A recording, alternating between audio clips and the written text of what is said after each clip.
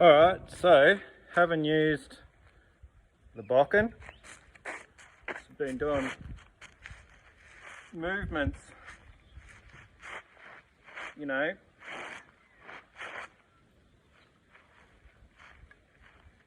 with the bokken, the Japanese wooden sword, and the Kali sticks, you know.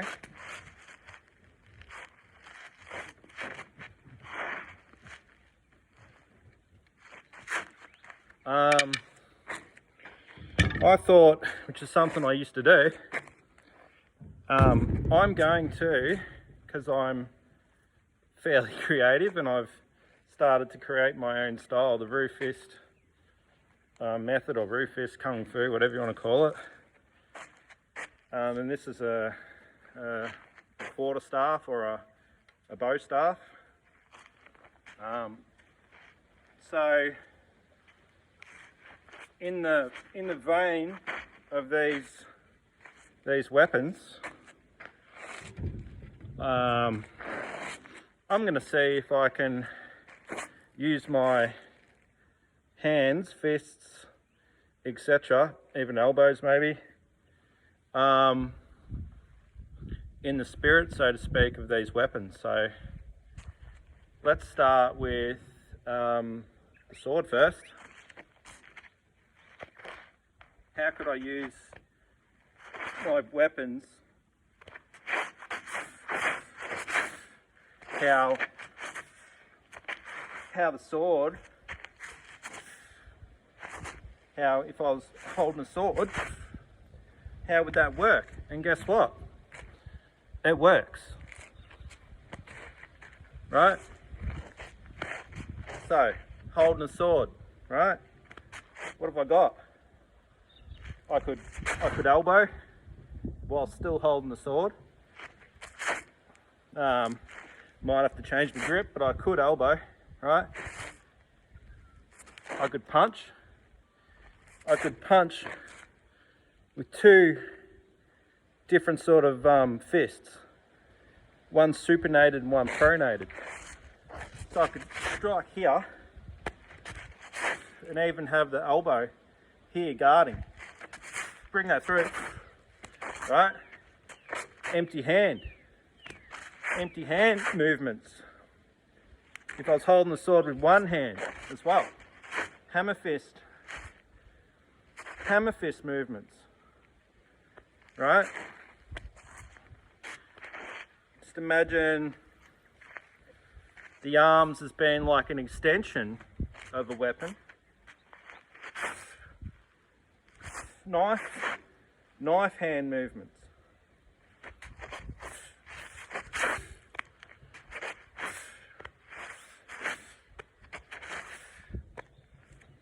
The fists, the fist too, with the Roo stuff.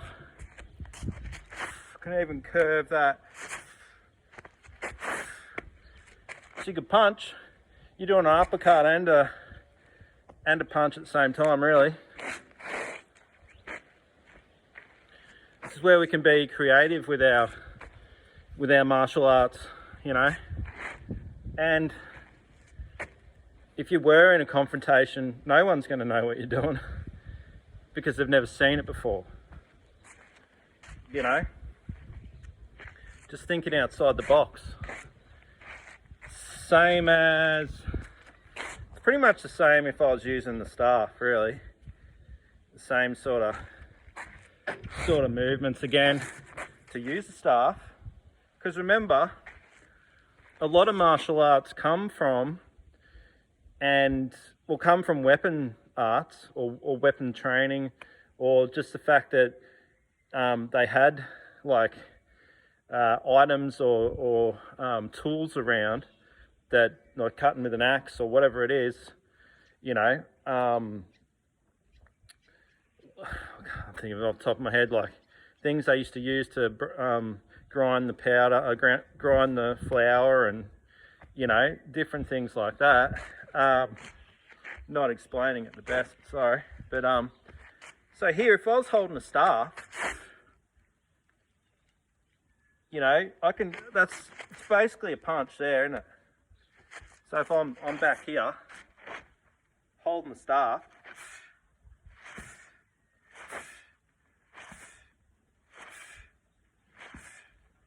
holding it this way,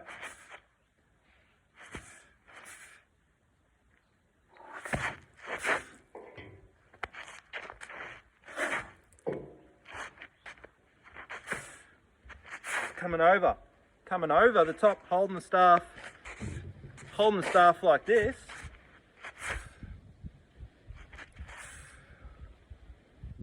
holding it like this. It's a punch, really. It's a straight punch, like an uppercut or a thrust, or even a Xing type drilling strike, isn't it? So coming in,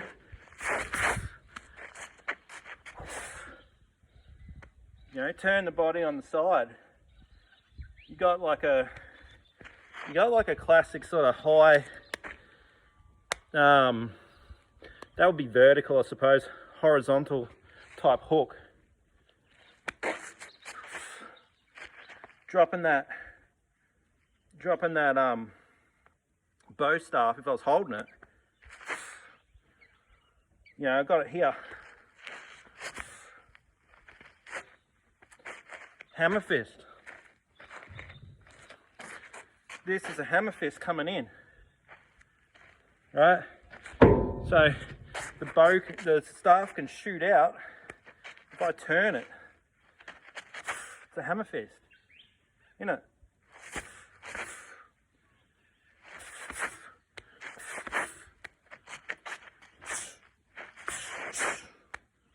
Using the torque of the body.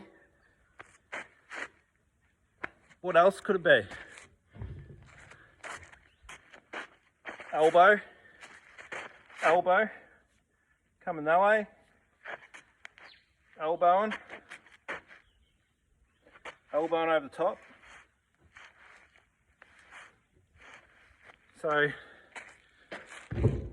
holding the staff, elbow,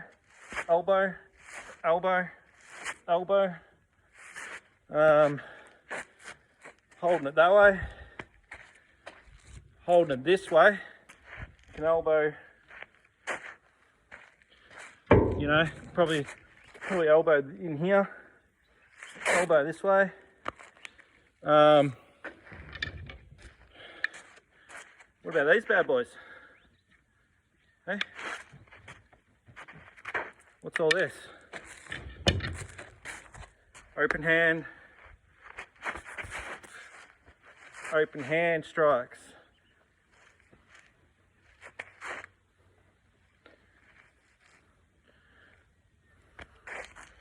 Open up, striking out, striking in, striking forward and back.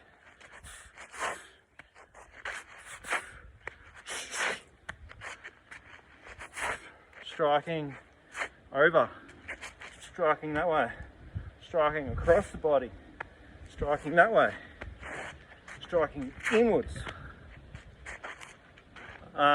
striking up, uppercut, and like you could almost do like an upwards back fist type thing, or an upwards hammer, boom, here.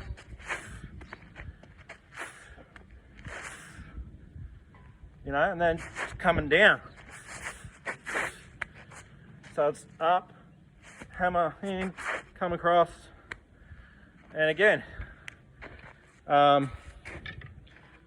there's many different moves like you could do. Double strikes, whichever way, straight up. One goes up, one goes out. One goes up or out. It's always forwards and backwards.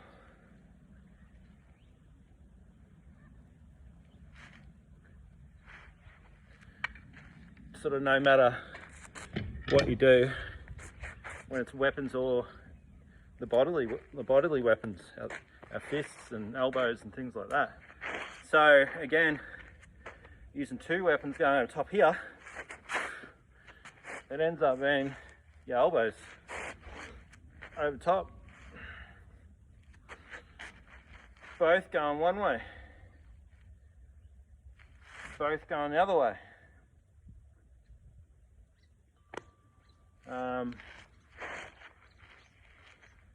Both going out, both going in, crossing over, coming out, blocking and striking, blocking and striking. You know, and then you always got coming off the line on angles, but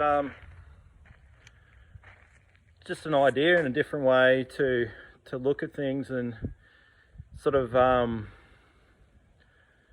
just like a deeper analysis of movement and stuff like that. But just like, don't be robots when you're doing your training. Like, yeah, you could do karate, you can do whatever, but like, it's like people like Sensei Rick Houghton in America. He's done Aikido for many years, and he's put that into his Shotokan karate. So like, he completely relaxes when he does a strike, and like, he's fast like he's in his early 60s, super fast, absolutely amazing martial artist. I come onto him, like I saw his stuff, come across him, well, I don't know, might have been a year or so ago. There's a lot of different people like that. Even, geez, I can't think of his name now. He's another Shotokan guy, I think. Yeah, he's a Shotokan guy. English guy. I'll have to put it up on another clip. But yeah, there's a lot of good martial artists out there, and but yeah, Sensei Rick Houghton, what is it, Houghton or Houghton? Houton, I'm pretty sure. Rick Houghton. Yeah. Anyway, worth checking his stuff out. Just the way he moves. He applies like his tension, and then bang, and then just like lets it go. Like, sort of like gets. He'll be doing a move, and he's like really using the tensile power of the tendons and everything in his body, like he's drawing a bow, you know, and then just like bam, and just explodes out of that. It's a really beautiful thing to see. Just incredible. Like, he's been doing karate for like 40 years. That's insane. I think he's like a 7th degree or something like that. But yeah, just a really awesome dude. As I said earlier, this was for Karate Guy Muzzy, a mate of mine that I've never met, but we've been back and forth messaging each other on YouTube and watching each other's clips, and you know, inspiring each other, like inspiring, just training, but you know, in that way it just inspires and pays it forward, and you know, help your fellow man and just help humanity in that way, I suppose. Just play with things, and you know, you might have never thought of this sort of stuff. I don't know, I just having the weapon in my hands, and then it's like, oh, wait a minute, without the weapon I can still, it's like I still have the weapon, but I can just use the body. It's just a different way of looking at it, and just try it. Like, see what you think. Anyway, see you from Australia. Take it easy. Roo Fist Kung Fu, or Roo Fist Method.